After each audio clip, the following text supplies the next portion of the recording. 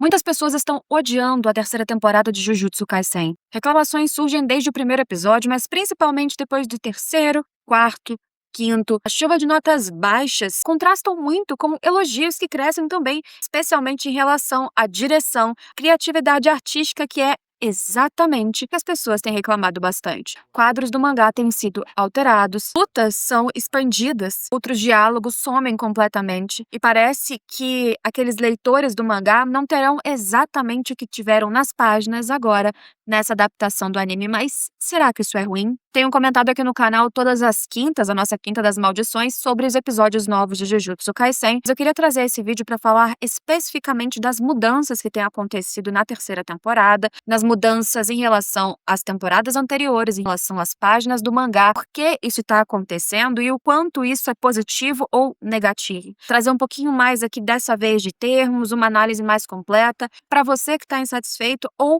para aquele seu amigo que não está curtindo muito essa temporada, manda esse vídeo, compartilhe, deixa aquele seu like para mais gente poder discutir e entender um pouquinho também as decisões que tem feito essa temporada de Jujutsu polêmica, né? Tão contrastante em opiniões. Se inscreva nesse canal para acompanhar todos os próximos conteúdos de Jujutsu e outros animes e mangás. E esse cenário aqui é o cenário que, na verdade, de vez em quando eu gravo vídeos para o meu outro canal que fala de cultura pop, em breve de coisas da vida também, SideQuest_Lab. Você pode encontrar linkado aqui no meu canal também, nos vídeos de collab, ou digitar depois daqui. E seu like, sua inscrição, sua visualização e opinião por lá também me importa muito, então obrigada. Bem, gente, terceira temporada de Jujutsu Kaisen não teve uma mudança na direção, que muitas vezes justifica, sim, uma mudança em estilo, design de personagens, de cenários, porque cada vez que você tem um diretor diferente, você tem uma visão distinta sobre a adaptação daquela obra. Mesmo quando a gente está falando de algo que já tem um design estabelecido no mangá, é claro que algumas adaptações precisam ser feitas, não apenas em nível de cores, mas se a gente está passando daqueles quadros estáticos para movimentação, no mínimo, precisa ter um preenchimento de uma coisa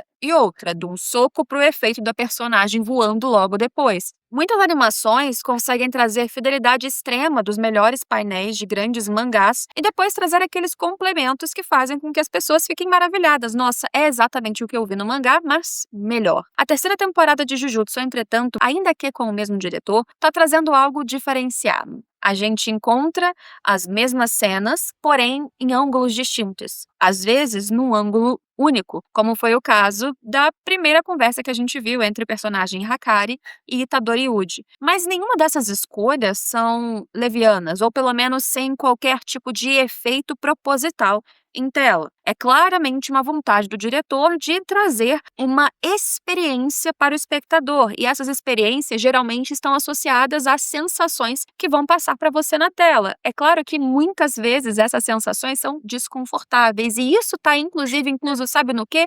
Na trilha sonora, que muitas pessoas criticaram, até mesmo no elogiadíssimo episódio focado na Maki. Só que antes da gente falar de algumas dessas mudanças e efeitos propositais da direção, a gente teve sim alguma modificação na equipe que pode ser considerada aqui alguma coisa impactante no geral, porque a dupla que era responsável pelo design de personagens na temporada 1 e 2 agora foi modificada para outras duas pessoas. Vou aqui colocar os nomes para vocês em tela. E esses dois novos responsáveis pelo design de personagens, eles não têm uma carteira tão extensa assim, porém, trabalharam com Jujutsu Kaisen nas temporadas e trabalhos anteriores. Então, não é como se eles estivessem criando algo do zero. Eu acredito que muito do que a gente sente por diferença na arte das primeiras temporadas para essa, de fato está relacionado a escolhas da direção, muito mais do que qualquer modificação na equipe, mas eu achei relevante trazer esse fato também. Agora, vamos analisar algumas dessas modificações e o que elas causaram em tela. Primeiro, a gente teve o tão polêmico, porém não polêmico, apenas difícil de compreensão episódio 3, que trouxe muitos textos em tela. E aqui eu vou defender bastante o anime, porque, gente, foi um episódio com muita informação e isso já acontecia desde o mangá. Poderia ser um episódio de pessoas apenas conversando aqui e ali. O que eles fizeram foi criar fluxogramas, foi desenhar e escrever em tela para você, para que não apenas você escutasse as informações que eram passadas sobre o tal jogo da migração e extinção, o conhecido pelos leitores do mangá Jogo do Abate, mas também ter a possibilidade de realmente pausar, ler e compreender, e para muitos isso ajudou. E sejamos sinceros, sem aquilo continuaria sendo um episódio demasiadamente parado, com as mesmas informações, porém talvez menos compreensível para tantos. Não tem ali como você criar diversas animações e movimentos e cenas extras para explicar o que está acontecendo sem dar spoiler de um jogo que a gente não viu ainda sendo feito, né? O máximo que aconteceu foi aparecer um personagem, um feiticeiro de não sei quantos anos atrás no último episódio e falar que ele já matou pelo menos 40 pessoas. Mas vejam que o jogo do abate, a migração e a extinção, continua sendo um mistério. Então ali, o máximo que eles podiam era explicar. E por mais que seja uma piada que eu mesma fiz aqui nas redes sociais, e eu acho que tem que fazer a piada mesmo, a gente tem que rir para não sofrer muitas vezes, era a única escolha possível e, sinceramente, criativa. Eles fizeram algo em menor escala parecido no episódio 6, quando foram explicar como funcionava a habilidade, né, o feitiço Jujutsu da Kirara, porque eles colocaram realmente um desenho várias vezes da constelação e da distância das constelações e qual ponto você precisava passar para qual e qual estava omisso e qual apareceu depois, em muitas mais vezes do que foi nas páginas do mangá. Então, de novo, é o estúdio mostrando que eles estão explicando o máximo possível. Isso me mostra um esforço da equipe, um esforço da direção de deixar uma temporada e um arco que ele vai ficando cada vez mais complicado em termos, em conceitos, em personagens, o mais mastigado possível para o público. Um público de Jujutsu que começou com uma primeira temporada com uma quantidade muito menor de personagens e uma complexidade muito inferior de construção de universo. E eu não estou falando isso de uma forma pejorativa, é só porque a gente partiu de algo simples e está ficando extremamente complexo. Por isso, tem que ter um trabalho, sim, de explicar contextos em tela. Mas isso é fácil de qualquer um entender.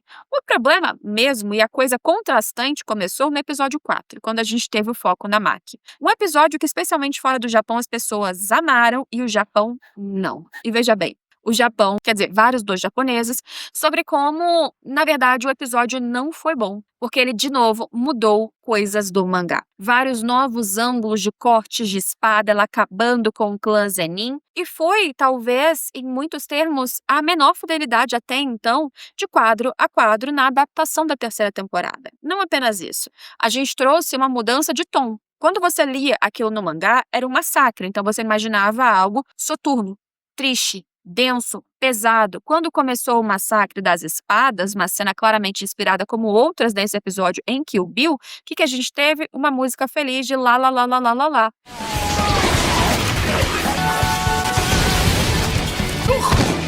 E eu vi muita gente criticando isso, falando belíssimo episódio, maravilhosa coreografia de luta, animação impecável, mas que trilha sonora foi aquela? E aí a gente entra num conceito, num termo, que existia também na cena que inspirou a direção. Lá em Kill Bill, a gente já tinha, na cena em que ela faz um massacre muito semelhante a Maki, uma música que de repente surge animada quando a coisa estava tensa. Quando ela, que no filme não tinha, né, habilidades, poderes, como era o caso da Maki, estava tentando sobreviver e acabando com todos, era uma cena perigosa para ela, o senso de perigo, de urgência era um pouco maior, por exemplo, do que o caso da Maki, e aí a música de repente fica feliz. Totalmente contrário ao que você espera vendo braços voando e sangue jorrando na tela.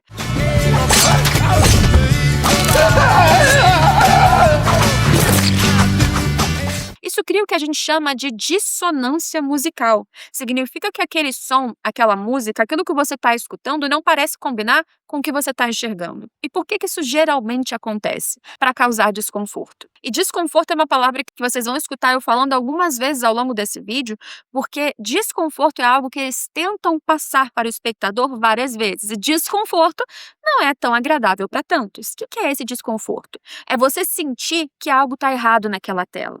É você, de certa forma, inclusive, trazer um tom satírico, irônico. Ela não parece estar se divertindo de forma nenhuma, ela não sorri, ela está com o rosto triste, ela está vivendo um luto da irmã, mas aquilo ali parece tão simples que por que não botar uma música animada? Não combina. Realmente, na lógica, não parece combinar. Mas aquilo é justamente para mostrar o quanto era desconfortável também para ela. O quanto aquilo tudo ali não era o ápice do prazer e do poder e de algo que ela buscava. É uma situação que gera desconforto para ela e para você também. Desconforto não porque ela não queria eliminar o clã. De certa maneira, ela estava também tirando um grande peso de toda a sua vida e da irmã dela que acabou de falecer para isso. Um desconforto, na verdade, é porque ela não queria ter sacrificado a irmã para chegar nesse auge. É ironia, é desconforto. é de propósito. E funcionou, né? Para muitas pessoas foi tão desconfortável que foi ruim. Por isso, é arriscado. O desconforto acontece de novo quando a gente tem um plano totalmente estático no encontro de Itadori Uji com Hakari. O episódio 5 de Jujutsu trouxe a apresentação de um dos personagens mais aguardados de novo pelos fãs do mangá. Caramba, que expectativa! E aí, exceto algumas cenas que apareciam ele em pedaços vendo a luta de Itadori Uji contra Panda, quando Itadori finalmente o encontra, é uma câmera estática. E o que aquilo gera? Uma sensação de novo de desconforto. A linguagem cinematográfica muitas vezes gera cortes frequentes, não apenas para facilitar a filmagem e a edição, mas porque aquela pessoa precisa ficar presa, imersa na narrativa. E esta é uma grande estratégia, o tempo todo causar estímulo visual e sonoro em quem está assistindo. Portanto, trilhas sonoras que sobem, explosões, cortes muito rápidos, mudanças de câmera, isso não é à toa. Isso não significa ser melhor ou pior, significa que para aprender você, essa é uma estratégia histórica em cinema, em audiovisual. Quando você cria uma cena estática, você está propositalmente fazendo com que aquele que está assistindo seja parte da cena. Quando eu falei sobre esse episódio assistindo com vocês, eu comentei, parece que a gente está ali espiando algo que não era pra gente espiar. Você está dentro daquela sala, naquela conversa, sendo que você não deveria estar. Causa o que de novo? Desconforto. É uma imersão forçada. Gera em algumas cenas, inclusive, se for um ambiente mais fechado, uma sensação claustrofóbica. Como você não está sendo estimulado o tempo todo em flashes, em luzes, em explosões ou em cortes de tela, plano e contraplano, de um personagem falando e o outro olhando, você sente tédio. O que provavelmente eles tentaram passar com essa escolha? De novo, uma sensação desconfortável de que algo vai acontecer a qualquer instante, o diálogo vai se tornando progressivamente pior, porque Itadori não consegue mentir, ele vai se enrolando e você não tem qualquer dica de quando isso vai acontecer, de quando a coisa vai explodir, de quando o Hakari vai atacar Itadori, um cara super forte. Não tem um close no rosto do Hakari que mostra uma ruguinha surgindo ou no rosto do Itadori com a preocupação dele crescendo, aquele close que vai aumentando na sua face. Não tem. Isso quer dizer que o diretor não sabe o que fazer, que ele foi amador? Não, se foi de propósito. De novo, ele causou um desconforto em você e se te incomodou, ele conseguiu. Agora, novamente, é uma escolha arriscada, porque em muitos filmes de Hollywood, ao longo da história do cinema, isso é um case, tanto é que provavelmente ele se inspirou em alguns desses cases de sucesso, de linguagem cinematográfica bem feita, de escolhas artísticas eficientes, de uma forma de você comunicar algo em tela sem seguir apenas o beabá de corte, plano e contraplano normal. Não, você elevou a qualidade daquele diálogo para algo distinto. Isso é algo que eles têm feito muito nessa terceira temporada até agora. Muitas pessoas comentaram sobre o design de personagens, principalmente em luta, que de repente segue um estilo quase aquarelado, como se o corpo dos personagens fosse liquefeito, né? Não tivesse esqueleto por baixo. Isso, na verdade, traz para os animadores um estilo que possibilita uma eficiência e uso mais rápido de quadros durante a animação de uma luta. Na verdade, pode inclusive deixar, como muitos gostam, uma luta extremamente mais fluida. Todas essas escolhas, ou às vezes traços fortes demais, rabiscos quase em tela, para mostrar alguma intensidade, alguma distorção psicológica ao mesmo tempo em que distorce a cena em si, o personagem em si, tudo isso acontece na terceira temporada. De novo, são escolhas artísticas que possibilitam que eles tragam não só, como eu disse, fluidez em movimentação, que para muitos fãs é excelente, mas também que comunique mais sobre o personagem do que só pegar as páginas e colocar na tela com uma coisinha colorida se movimentando. Não que isso seja ruim, muitas adaptações fazem isso de maneira eficiente e são elogiadíssimas, mas por que não ousar? O problema é que você sai de uma primeira temporada que em nada fazia isso, que eu inclusive nem gostava tanto, tá? Sendo bem sincera, do design, do estilo da primeira temporada, que muitos elogiavam, eu achava que tinha uma textura que não me agradava pra caramba, e você começa uma segunda temporada já modificando um pouquinho esse estilo, especialmente no arco do inventário, que é do passado do Gojo com o Geto, e depois você muda mais ainda numa terceira temporada. O estranhamento, por mais que seja proposital muitas vezes na direção, é normal e para tantos é negativo. Portanto, eu entendo a raiva, eu entendo a frustração de muitas pessoas. Eu só queria trazer aqui essa conversa de que as mudanças não são levianas, que existe uma criatividade, existe uma escolha artística proposital e, para mim, muitas vezes, assim, genial, gente. Eu venho no cinema, eu estudei isso na faculdade, eu trabalhei com isso antes de vir para cá no YouTube, inclusive. No começo, eu ainda estava trabalhando com isso quando comecei a gravar. Então, para mim, é impossível não gostar de certas escolhas como essas quando elas são bem feitas, ainda que seja de um anime que eu tô acostumada com outro tipo de apresentação. Eu gostei, mas eu compreendo que muitos não gostem. A minha impressão é que essa equipe, essa direção, ela abraçou tanto o universo de Jujutsu que eles têm completo conhecimento dos cenários, e conhecendo os cenários, eles se dão a liberdade de mostrar ângulos diferenciados daquela mesma sala durante aquele mesmo diálogo. Eu acho que é deixar para a pessoa que está assistindo um pouquinho dessa liberdade de interpretação em alguns conceitos não é necessariamente ruim. E para mim, claramente, eles fazem isso de propósito aqui. Muitas vezes, cortes deliberados ou ampliações de alguns momentos em tela, e eu acho que isso vem de um profundo conhecimento do que eles estão fazendo. E para finalizar isso, a gente teve um comentário recente de Gege Akutami no lançamento do volume 20 do mangá que ele está escrevendo, que é Jujutsu Kaisen Módulo, que é a continuação desse universo de Jujutsu, já que o mangá de Jujutsu por si só já acabou. E o que Gege Akutami fala sobre a terceira temporada e esta estilização diferenciada foi o seguinte: a sensação da arte mudou com o anime no Jogo do Abate.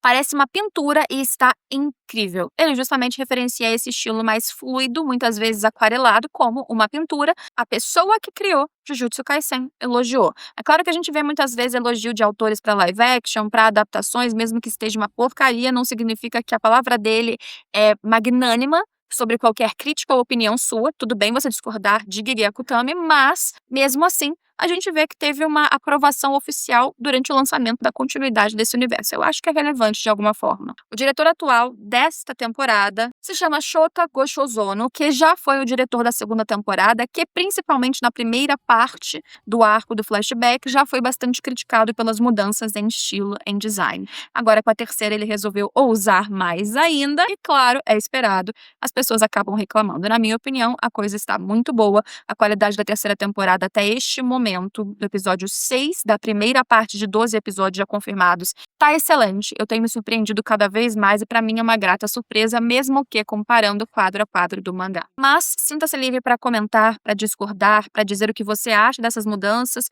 e se o ódio contra essa temporada por parte de alguns fãs é justificado. E curioso, né? Porque a gente teve um episódio da Mach 4 extremamente elogiado aqui e lá no Japão criticado. Um episódio 3 criticado aqui pelo excesso de textos e no Japão elogiado. Veja que até mudanças geográficas e culturais já mudam essa percepção. Os japoneses não gostam quando há mudanças para deixar uma batalha extremamente fluida, inspirada no cinema hollywoodiano, que seja, porque eles querem uma coisa mais fiel ao mangá. Eles não gostaram dessa dissonância musical que eu falei, eles não gostaram dessa liberdade criativa cinematográfica. Mas quando a coisa é parada, extremamente lenta, textual, para eles está ótimo. Eles até criticam o Ocidente em vários posts na época, né? Dizendo que a gente aqui gosta só de showzinho e luzes e não nos importamos com a história. Acho injusto, não que isso não seja verdade sobre algumas pessoas, mas aí eu acho que é qualquer pessoa, né? A gente tem diferentes percepções e preferências dentro de qualquer público, de qualquer bolha.